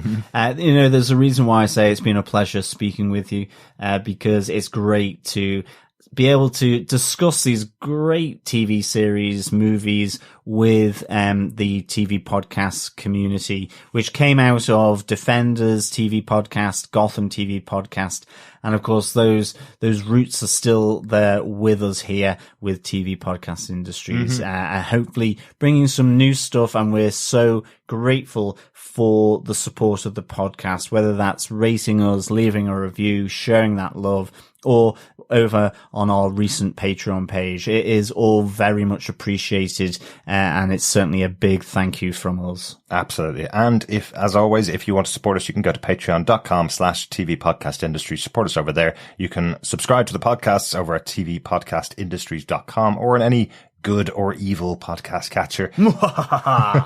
And if you want to email us with your thoughts about anything that we've covered or anything else that you want us to cover, maybe email us to feedback@tvpodcastindustries.com. Finally, you can join us on Facebook at facebook.com/groups/TV Podcast Industries, or over on Twitter at TV Pod Industries if you want to get in contact with us. Loads of ways to keep in contact with us. Absolutely. To the social media outlets. And say hi. We love when you say hi. Absolutely. Can we steal that from Lore, do you think? I think so. Why Aaron not? Mankey won't mind. He likes it when we say hello. Yes, exactly. Yeah. Again, one final big thanks for everyone who has been listening in to TV Podcast Industries. Yeah, absolutely. Thank you. And we're back with Penny Dreadful Season 3, Episode 6, No Beast So Fierce. Yes. The final episode of this part of our discussions about Penny Dreadful. I'm one of your hosts, Derek. Hello there, fellow Darklings, fellow fierce Darklings. I am one of your other hosts, John. Let's jump straight into this discussion about Episode 6, No Beast So Fierce, once again directed by Paco Cabezas. I'm really looking forward to seeing what he does with the Penny Dreadful City of Angels. I don't know how many episodes he's getting, but definitely looking forward to seeing that first one, because that's going to establish the whole dynamic of how that series is going to work. So hopefully he's done a good job out there. Yeah, definitely. I mean, I've really enjoyed what he's been doing with the last couple of episodes. So, yeah, I can't wait to see his take on the 1930s City of Angels. Yeah, that'll be really interesting. This episode was written once again by Andrew Hinderaker, this time with Krysty Wilson-Cairns, who was also a staff writer on this season of Penny Dreadful, as I mentioned before. Recently, Krysty wrote the movie 1917. Wow. Yeah. Yeah, that's big. It is a massive movie, and working with Sam Mendes, who is an executive producer on Penny Dreadful as well. So keeping those connections alive all this time after their work on Penny Dreadful together. Yeah, great stuff. Yeah. John, do you want to give us the summary for this episode of Penny Dreadful? Sure. Miss Vanessa Ives seeks new help as she now knows who she is up against in the form of Dracula. The beast from the east, dare I say it. Ethan's head-to-head with his father is interrupted by Sir Malcolm, but also as new guests show up for dinner at the Talbot family residence, where tempers flare at the dinner table. Lily leads more women as she builds her army of ladies of the evening. Victor and Dr. Jekyll perfect the dose of the serum to change Lily into a pain-free being. Justine, meanwhile, oversteps her boundary and causes Dorian to question the whole endeavour. Interesting seeds as tempers are flaring on two continents. Yes, definitely. And the return of Vanessa Ives in this episode. Yes, good to see her back. Yes, definitely. And an introduction to a very interesting new character as well. Let's get into all of the big moments from this episode. John, what's your big moment from Season 3, Episode 6? My big moment is a dinner at the Talbots, although, quite frankly, I think it is a dinner party that I would rather not attend. Definitely. Yes, the skeletons really are taken out of the closet. There is treachery. There is a hellish grace, lead us into temptation. There's guns. There is the return of a nightcomer in the form of Hecate. And, dare I say it all leaves a little bit of a bad taste in the mouth and bloodstains on the napkins. Yeah, this really is, the dining table shootout. And it really, finishes off a lot of characters here. Certainly does. But it's all kind of set up with right at the start of this episode, Inspector Rusk with, Marshal Ostow, coming to the Talbot residence, and with the cards ultimately stacked against the two of them, Inspector Rusk goes, "You are all under arrest." Yes. And it just leaves it there and moves to London, but we come back to a very awkward dinner table, where you have Hecate and Ethan on one side, you have Jared at the top of the dinner table, you have Inspector Rusk and Marshal Ostow on the other, and Sir Malcolm at the other end of the dinner table. And it's all fairly uneasy and a little awkward, but a nice bit of T-bone steak is there for everyone. It's very good of him, really, to be honest, because you think about, the last episode we had everybody chasing across the desert for days upon days, and nobody has enough water to get them to the other side of the desert. And they get there. What do they expect them to do? Arrest the guys, and then they have that massive trudge right back across the desert after having, not filled up. So, absolutely. What a good host. He is a good host. Yeah, absolutely. But I did have this written in my notes as the Red Wedding of Penny Dreadful. That is not far off it, to be honest. We do lose some quite big characters in the episode, and it comes as quite a surprise because this is a very gentlemanly dinner for a while until really I'd say the twist or the change in the scene is really where Jared tells Ethan that he's sitting in the seat that his brother Paul sat in just before he was murdered, and he forces him to say grace. And it's at that moment, finally, when Ethan is about to do it. I think the Sir Malcolm attempts to step in with this volatile situation to say, no, I'll say grace, but we have the opposite of grace. What would be the opposite of grace to say at the dinner table? Ungrace. Is it like a... It's ungrace, I suppose. Right. I don't know. But it is, yes, all the words of the grace are turned from being, saintly, godly, good into devilish, evil, and the rest of it. But, yeah, it all kind of kicks off really because, yes, the big thing around that dinner table is Jared Talbot and his son Ethan Talbot, and what happens. And Malcolm really does try to persuade, his dad that he is a good man. And this is where then everything starts to, be brought up. And you almost have this awkwardness of Inspector Rusk and Marshal Ostow, who are almost looking in on this domestic that's going on. But ultimately it's Marshal Ostow that is offed to begin with, because he really does say that you are going to be arrested, and Jared just pulls a gun and shoots him in the forehead straight off, as then they all begin to tuck into their steak. So yeah, it is, and the dinner table is surrounded by Jared's men, all with guns. So you are there. How is Ethan going to do this? Will he? Won't he? Make his attack here? And there is that great camera moment where you see Hecate next to Ethan. It comes round to Ethan. You lose Hecate, and when it goes to the back, you have the night comer. And you see Sir Malcolm and everyone's surprise as she takes a few of them out, and Ethan goes to get his dad. Yeah. But that's the thing. The shootout ultimately pours into the family chapel where the massacre originally took place. But I suppose importantly, we lose Inspector Rusk. There is this standoff, with him, Ethan, but with Hecate also advancing, and Rusk has to try and do something. So he is there with the gun at Hecate, Ethan with the gun at him, and he warns that if he moves, he will kill Hecate. But Hecate is shot here. I was a little surprised that the gun worked so quickly on her, because I think guns were used in the witch's house back in season 2, to little or no effect, but it may have been more that they were too quick to be hit by them. I think it was more that, but ultimately it did seem like a real surprise to dispatch her that way. Yeah. Inspector Rusk does get the fatal shot in on Hecate, so we lose Hecate as well. I suppose back in the desert we do see Sir Malcolm going to shoot her, so I think it's that they're not immortal in that sense. So Hecate is killed, and obviously with the gun trained on Hecate, Ethan fires off and kills Inspector Rusk here at the dinner table. Yeah, and I was thinking about this because last episode we had the kind of proclamation from Inspector Rusk that he was giving up all the things that he was bound to and was willing to shoot Ethan in the back. So the character that we followed from season 2 as Inspector Rusk, the man on the right side of the law, he's come to this, effectively to the estate, with no bounds now. He's willing to do whatever it takes to take down Ethan, and it's gone far beyond the lawman that he used to be. So it's almost like he has also lost his soul on this pilgrimage to take down Ethan. So while we have lost him in this episode, it feels like we kind of lost his soul last episode. In a way. Yeah, definitely. And I think the really nice turn here, I suppose, is that, in that standoff, Inspector Rusk is saying, what are you? What are you? There's something he needs to know. He's kind of accepted, as we've seen, that there could be some supernatural element to this.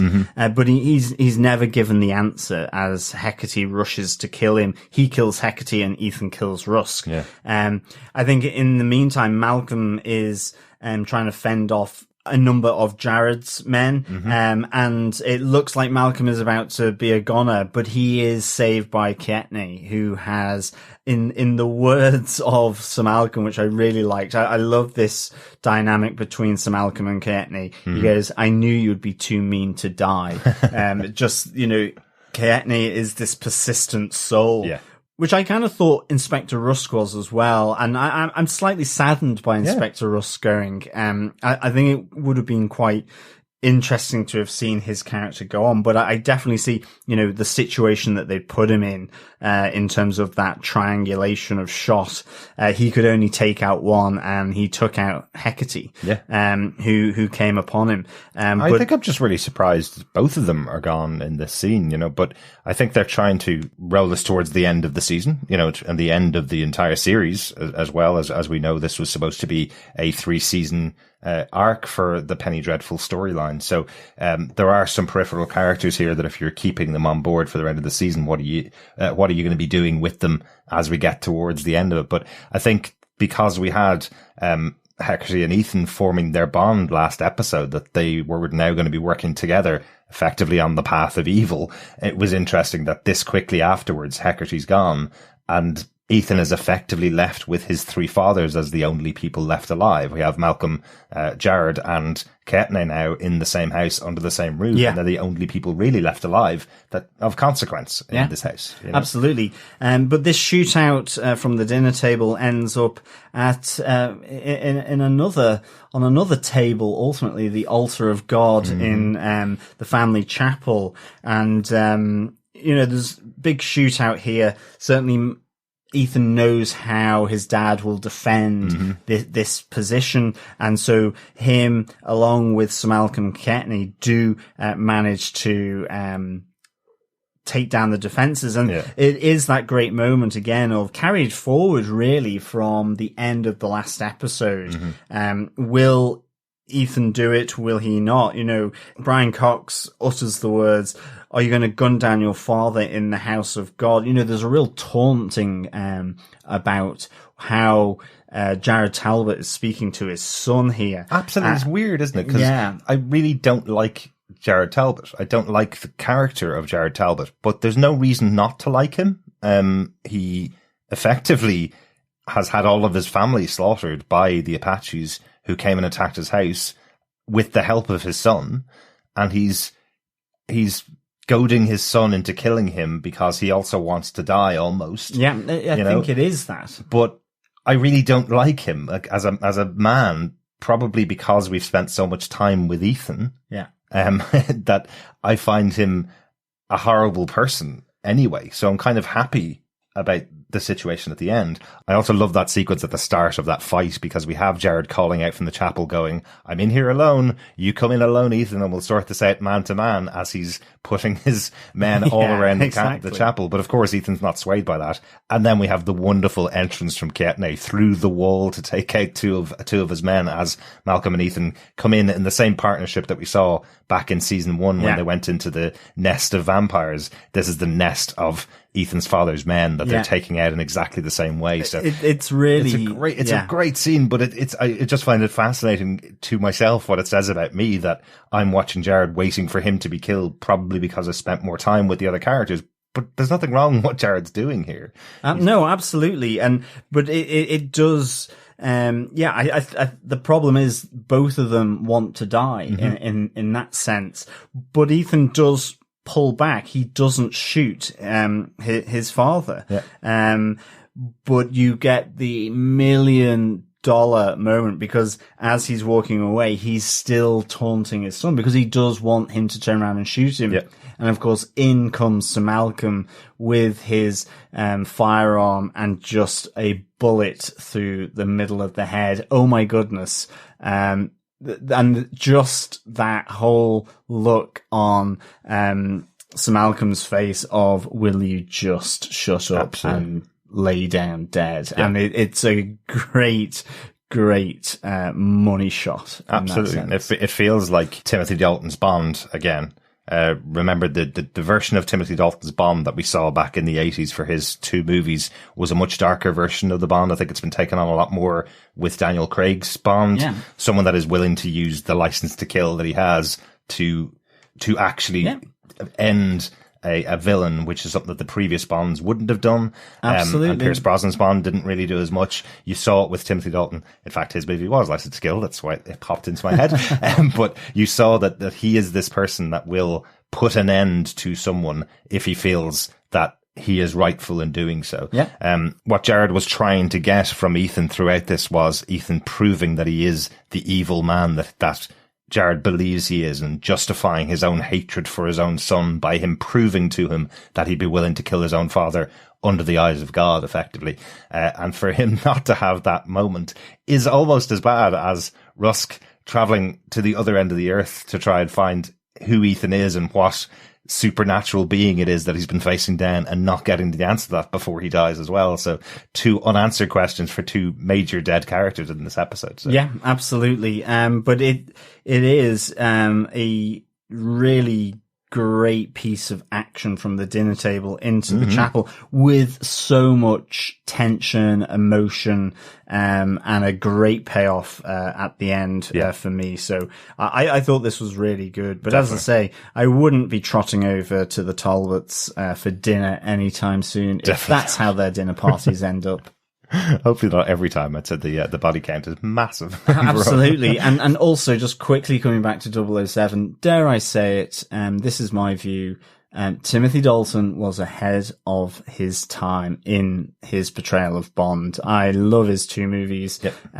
And yeah, I think you see that if he was doing it now as Daniel Craig, people would be much more accepting of it. So I'm glad that he got his 00 moment here in taking out Jared Talbot. Without a doubt, I think at the time, and not to go into Bond too much, but I think at the time, going from A View to a Kill, which is a fairly flamboyant Roger Moore Bond film, going from that into License to Kill, Roger Moore was way beyond the age. It's a 180-degree turn. It is, certainly, but he was way beyond the age to play that 007, and going into Timothy Dalton being this kind of difficult Bond probably didn't play very well. I didn't play very well at the time. I was alive, I remember it. Yeah. But he was a fantastic Bond, yeah. And of course, as well, he does a mean animated hedgehog and supermarket manager. Or should I say supermarché manager? He is a slasher of prices, after all. Yes. That is such a great film, Hot Fuzz. Excellent. Anyway, way too many great Timothy Dalton performances, mostly after his time on Penny Dreadful. This show did set up some great roles for him in the future, I think. I'm going to go over to another very uncomfortable scene in the episode. Justine and Dorian and Lily. I have this written down from my point as Justine doesn't know her place, or is it Dorian that doesn't know his? Well, it was a question that we had from episode 1 of this season, and kind of following on from the end of last season. Lily has developed as a leader of women to take out the men of London, and we were wondering, other than Dorian being a supernatural being and her being a supernatural being, what's the connection, and when will the connection break? And that's kind of what we see in this episode. We see him kind of saying to her, the 2 of us could just walk away from this and live for eternity together. And Lily saying, but that's not what I want. Yeah. She's trying to create a proper uprising of the women of London, the downtrodden women of London who have lived the same life that she has. And if Dorian doesn't figure into that, he may be on the spiky end of Justine's blade at the very least. That moment where you have Lily training the women of the night to how they should be able to take out their Johns or take out their the people who are soliciting the sex from them, and then she shows it on Dorian, and then Justine comes in and is millimeters away from stabbing Dorian in the throat. She got crazy eyes. She really did. She really does. She even calls out to Lily, do you want to see him drown in his own blood? And Lily's response to it being, but then who would everybody else practice on? Is kind of the response, the only way she can calm Justine down almost, because Justine is completely worked up. She's seen people like Dorian. Remember, as I think I described him before as this kind of really cocky college guy who's got all the good looks, got all the women, And at this stage, he was probably paying for hookers every week. We almost see Justine refer to his first meeting with Brona, where he took photographs of her. And Justine describes it. You take photographs of these people, these hookers that you hire to pleasure yourself afterwards. You're exactly what's wrong with men in this city, you know, and you're seeing this, two of them going almost head to head with each other. It's really interesting because I don't know where it's going right now. I can't remember where it's going right now, but I feel like if there's one person that's going to kill the immortal Dorian, it's going to be Justine. Well, certainly Dorian does need to stop volunteering to be the demonstration mannequin for killing people, I kind of have the feeling that Lily could use one of the other women of the night as practice, because nobody would kill them, right? Yeah, I mean, or has she told them all that Dorian is invincible or invulnerable and he will come back from the dead if they kill him? Is that what's happening? I don't think we don't know that. I mean, first off, I think Justine plays the intensity here really well. I mean, she is the acolyte. She is the extreme acolyte she believes in this cause from Lily. And this is why I think that not only do I feel that Dorian is justified in feeling a little bit nervous about how this whole endeavor is going, and the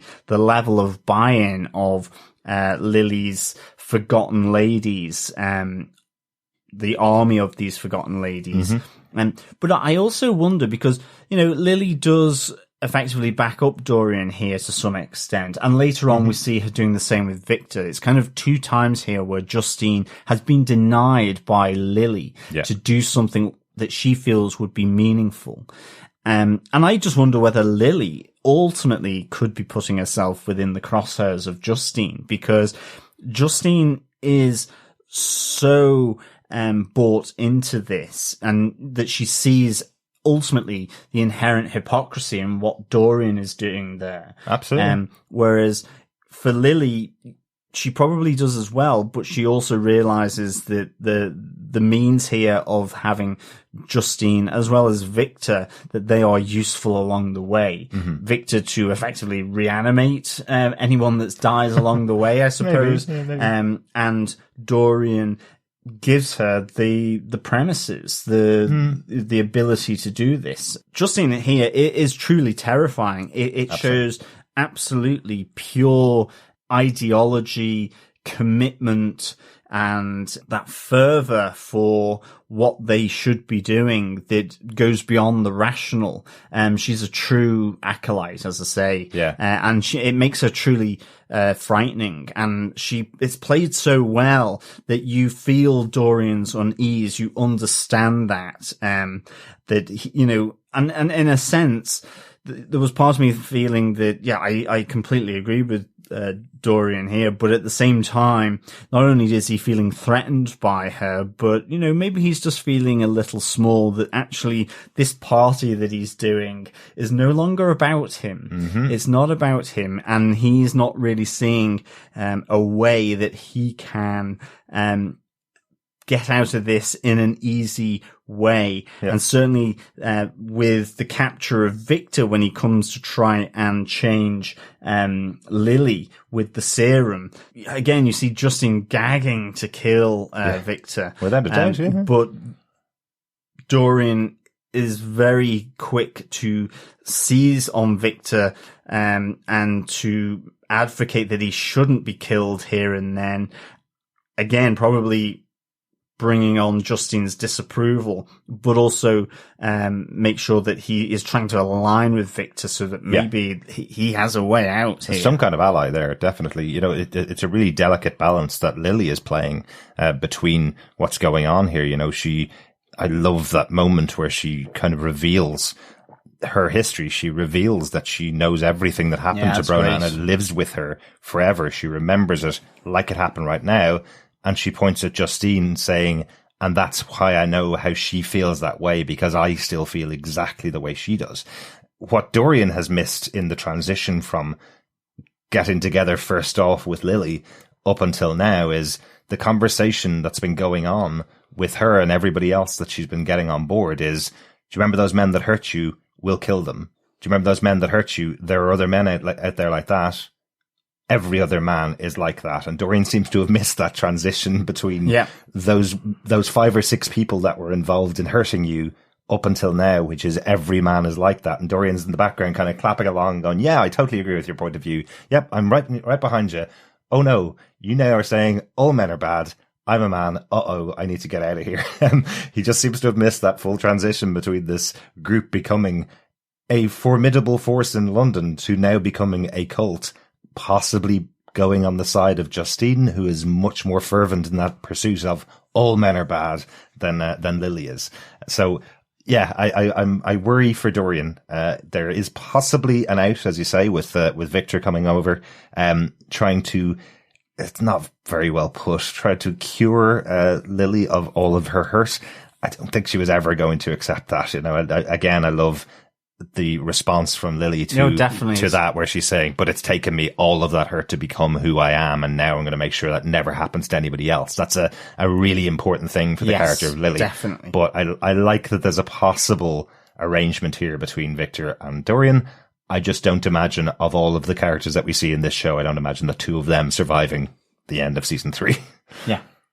But we'll see. Again, it's something that's very distant in my memory, is the last 3 episodes of this season. But this is really just the genesis of this happening. So I would say the next few episodes is going to be a little dodgy for Dorian. Definitely. Or dare I say it, Lily. As I say, Justine will be going, why are you stopping us from killing these men, Lily, like Dorian or Victor? Because these are the men that you're telling us that do need to be got rid of. They're hiding there, or they're in plain sight within this organization that you're creating. So I just wonder whether Justine may also direct her fervor against Lily, because certainly in this episode she defends 2 people that Justine wants to kill. Yeah, exactly. I think it might be time for Dorian to rent out that upper flat in Paris, maybe. Yeah, he needs to move to his country home in the Lake District. I think he does. Any notes for this episode? I thought this one had a lot more going on with all of the characters. Last episode seemed quite focused on what was going on in America, whereas this episode, while it did have a lot going on with the Talbot residents in America, there was a lot of other stuff going on in the UK. John Clare visiting his son. It's a small scene in it, but wow, how powerful is that moment when his son is kind of saying, oh, Daddy, you're here finally to take care of me. I always knew you'd come back. And then his eyes open and he sees the face of John Clare and screams the house down. It's heartbreaking. It really is. How it's played, and John Clare crying in the street outside after being shunned by another person is really exactly. It's the. It's the curse of the creature. And it's really touching, as well. You know, are you an angel? He thinks that he's heading up to heaven, really. And we know from, when he was the orderly, he didn't really believe in heaven. He goes, no. And then it becomes really sad as he wakes up and sees this creature over him, and he's scared and he screams out, and then the impact that has on John Clare. So it's phenomenally good, really. Yeah. I think another thing we do need to do a shout out is, Mr. Lyle is effectively, it's his swan song. It's his farewell as he heads on an expedition to Cairo, where, the laws there are maybe a little more relaxed, or the culture is more open to people like him. So there will be an extension to his time in Egypt. It's a sad farewell to Mr. It Lyle, is. He's a great character. And I think it would have been difficult how to have him more fully in this season, but I've certainly missed him because he's always provided very good relief, as well as being that kind of expert in the room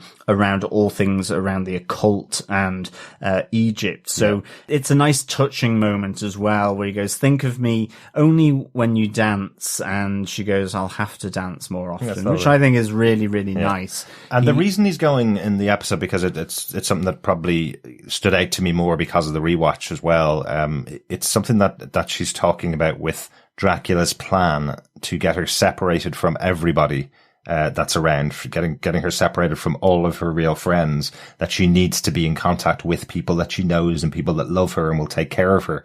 And she has no one left. She's lost contact with with Victor. She's lost contact with Ethan, who's gone over to America. Sir Malcolm's gone with him. So she has none of her core group of people that were around her. And now Mr. Lyle is also leaving. We have that scene with Vanessa trying to find someone who's a friend, and she goes to Dr. Seward, which I think is interesting because the introduction from Dr. Seward at the beginning of the season was, I'm not your friend, I'm not your mother, exactly. I'm not anybody that should be taking care of you. I am a person who is a doctor who's going to cure you of your illness, and that is it. And I like that they have this scene because it feels like that's a turning point in their relationship, because Dr. Seward wouldn't have had her over for a glass of whiskey to talk about their lives. Exactly. You know? And in fairness, she does say, I'm probably not the person you need to be with. I think the other thing with Mr. Lyle is, he has introduced Vanessa to Dr. Seward, but he also then introduces her to this new character, Catriona Hardigan, who studies death and is the replacement for Mr. Lyle. Thematologist. Yes, and a thematologist. And she is the one that goes, he's a predator. He isolates people. He's isolating you to be with, surround yourself with those you love, which then I think that's a really nice kind of look back as well on season 1 and 2 with Vanessa and the company of Sir Malcolm, Mr. Lyle, Ethan, Sembene, Victor, and so on. That it kind of adds almost a nostalgia back to that time, given that she's on her own. But Catriona Hardigan gives the lore of Dracula, which is dragon in Romanian, the Dracula clan bringing about the clash of the Ottoman and Persian empires and the blood. And I like she talks about him being a seducer, but it's the ancient form of the meaning of the word, which is to corrupt, to lead men astray, not from a sexual point of view. So I think this was really good. I love her intro as well with the fencing. I was trying to think, was there a literary character there that the writers were drawing from? And the only Hardigan that I'm aware is the H.G. Wells time machine. The inventor there is Alexander Hardigan. In the film, that's right. Yeah, so it could be related to H.G. Wells. I think I was more thinking, it reminded me of a Marvel character, Eliza Bloodstone, who's very much within the mystical, magical part of the Marvel universe. So I know her through Doctor Strange and so on. It felt like that kind of character, and I like this character immediately, that she is fencing and is knocking a toff and being smart with her fencing.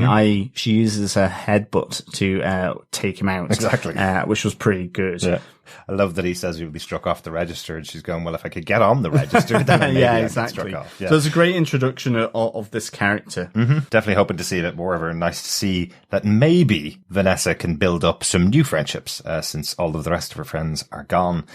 With everything finished with the storyline of Ethan in the US. Is it? Well, the question I had after watching the episode was, they're now free of the lawmen. They're all dead, effectively. Ethan's now had his father's dead, so there's nothing left there for him in the estate, and Ketne and Sir Malcolm and Ethan are there in America. It suddenly crossed my mind. I was going, are the two timelines going on at the same time? Like, is this attack happening over there as at the same time as everything that's going on with Vanessa? Or is there a possibility that at the start of next week's episode, the three of them arrive back in London? That would be really cool, actually. I just don't know whether they're months apart or whether they're going to get back quickly. I doubt they're going to be able to go down to the local airport and hop on a plane back to London. So there's still going to be travel time, but we just don't know what the timeline is like, because I don't think there's been a letter from Sir Malcolm to Vanessa since the first episode when he was in Zanzibar, and that's presumably a few months ago. Yeah, exactly. But I think we can assume that they're maintaining that contact through the written word, maybe. Dare I say it. But yeah, the timelines aren't really that clear. And I think, I think it would be great for them to be back in London to effectively help her out with, I suspect, the big showdown that is likely to happen between Vanessa and Dr. Alexander Sweet, because in that moment where she's having the conversation with Dr. Seward, Dr. Seward effectively gives Vanessa the idea that to not be alone, she should try and be with someone who she cares about and so on. And this brings her immediately to Dr. Alexander's suite. Yeah, it made me think that Dr. Seward probably wasn't the best person to go to ask for help. No, and as he's doing his night creature exhibition, but dare I say it, we get sweet Dr. Sweet sex.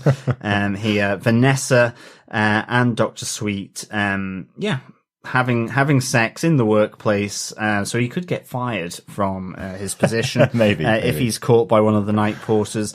But I was wondering, are we going to get another possession here? Well, because every time Vanessa has had sex that we've seen so far, it's led to, a possession, a breakdown, and so on. And I'm wondering whether this is going to be something here, because she is sobbing as well while she does it initially, I think, if I remember rightly. So it's the relief afterwards, I think, is when she starts to sob. But you're absolutely right. It's that kind of trope of horror movies that John Logan has kind of put the spin on in this show, where, you know, the character that has sex is the one that's first to die from the monsters, effectively. So what we do know from the conversation with the orderly back in episode 4, we know Vanessa only had sex once before going to the institute, which was with Mina's husband, and that ended her relationship with Mina and eventually sent her to the Banning Institute.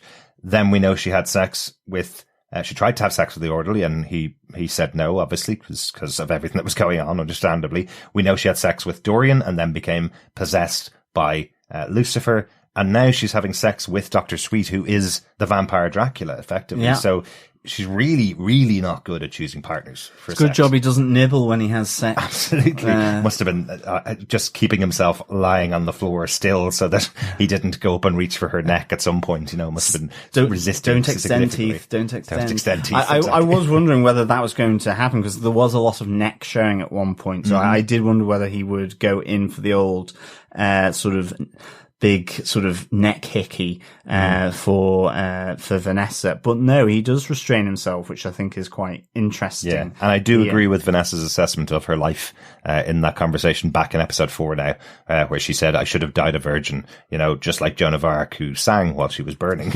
I kind of feel like maybe that was the right way to go. These things are not going well, but it does all play into the concept that came from Dracula and from Lucifer, that she must give herself over freely to them in order for them to take her as their bride, effectively. So, and I presume that's why Dracula is holding back here. Yeah, because exactly. she is giving herself freely.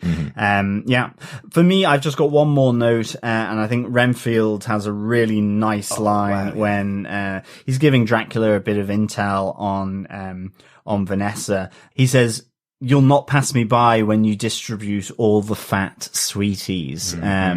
Yes, all those lovely fat, bloated industrialists and financiers from the Industrial Revolution, all ready to be drained of their blood.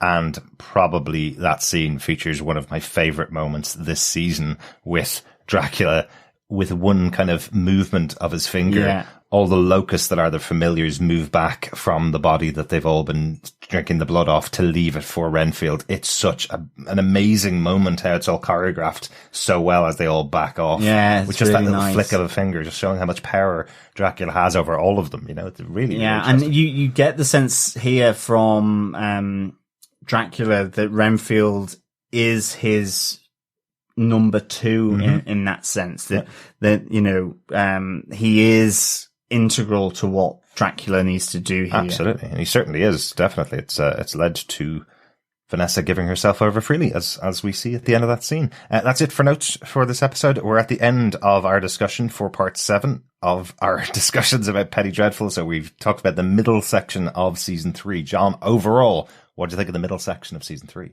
I love these 3 episodes. I give this 5 crazy Justines out of 5. Wow. I really enjoyed them. And I think it was one of the things coming into season 3. I was concerned, was it going to hold up against season 2 or season 1, or indeed hold up against my memory? But I couldn't really remember too well how I really felt about this. But I think these these 3 episodes, I think the flashback is great. They've done flashbacks so well in this series. Definitely. And again, it's another inspired one. I thought the whole Western element, and I just think the connection between Kaetenay, Ethan, Jared, Sir Malcolm, Hecate, all that within this chase by the marshals of Ethan and Hecate was just really nice. And Brian Cox, comes in for 2 episodes and delivers an absolute great performance. And you really know about Ethan from the episode. Yeah. And here with The Beast So Fierce, as you say, you get the red wedding element and the conclusion of that. But you get so many other elements here, with Vanessa, with Dorian and Lily and Victor. And I just thought it was really well done. So that's, for me, it's really been a great middle section. Wow. And 3 episodes. I've really enjoyed them. That's a strong rating, definitely. I've really enjoyed it. It's interesting, isn't it? Because people who've listened for a long time to TV podcast industries know that probably my least favorite genre of film has been comedies. Every time we get a comedy, there are things that I don't generally enjoy because they could just be a bit too broad for me sometimes. I have a very weird sense of humor. The other genre of movies that I really, really dislike are Westerns. It's just something for me because there's just so many stereotypes of Westerns, and having 2 episodes of this 3 set in the American West was putting me off slightly. I think because of Hecate being there, having a supernatural character there was probably what made them above and beyond what I thought they were going to be. Kind of similar to maybe the From Dusk Till Dawn kind of attitude of having vampires there in that kind of Western setting. I think so. And also, I was going to say whether having Sir Malcolm, having Inspector Rusk there, they're not people of that place, and so it gives a completely different perspective on it whilst you're there. So I know what you mean. And you hate period dramas as well. So, I mean, you should technically absolutely loathe Penny Dreadful. Exactly. So what I was going to say was John Logan has done something for me with this show. Of all 3 seasons, he's made me like a period drama and a Western combined. So, so well done, John Logan and the other writers, because this is the other thing we said at the beginning of this series. There's a big elephant in the room with season 3 is that it's not worshipped, I suppose, in a way like the first 2 seasons where it's not looked back on very fondly. Right now, 6 episodes into the 9-episode season, I'm really surprised at that because it really feels like Penny Dreadful and they're doing some great stuff in here. I wonder if it is just that old adage of everybody got to the end of the season and just wanted more, and that's why they don't look back on season 3 as being great, because everybody wanted more of what we'd seen of these characters. So I'm really interested to see what will happen when we get on to our final part of Penny Dreadful season 3 and Penny Dreadful Rewatch. Yes. We'll be back next time when we talk about season 3, episodes 7 to 9, the final parts of Penny Dreadful. Thanks so much for joining us. We'll talk to you next time. Yeah, thank you so much for joining us, fellow Darklings and Nightcomers. We hope you stay subscribed to the podcast. Please share us, rate us, share that love for podcasts and for Penny Dreadful. Mm-hmm. And of course, if you want to, head on over and you can subscribe and support us on our Patreon account at patreon.com/TV Podcast Industries. Remember, I will think of you only when I dance. I'll have to dance more often, fellow Darklings. Mm-hmm. Let's go for a dance now, John. Absolutely. A rave. Absolutely. See you next time. Bye. And of course, just remember, keep watching, keep listening, and of course, most definitely, keep screaming. Keep dancing. Bye. Bye.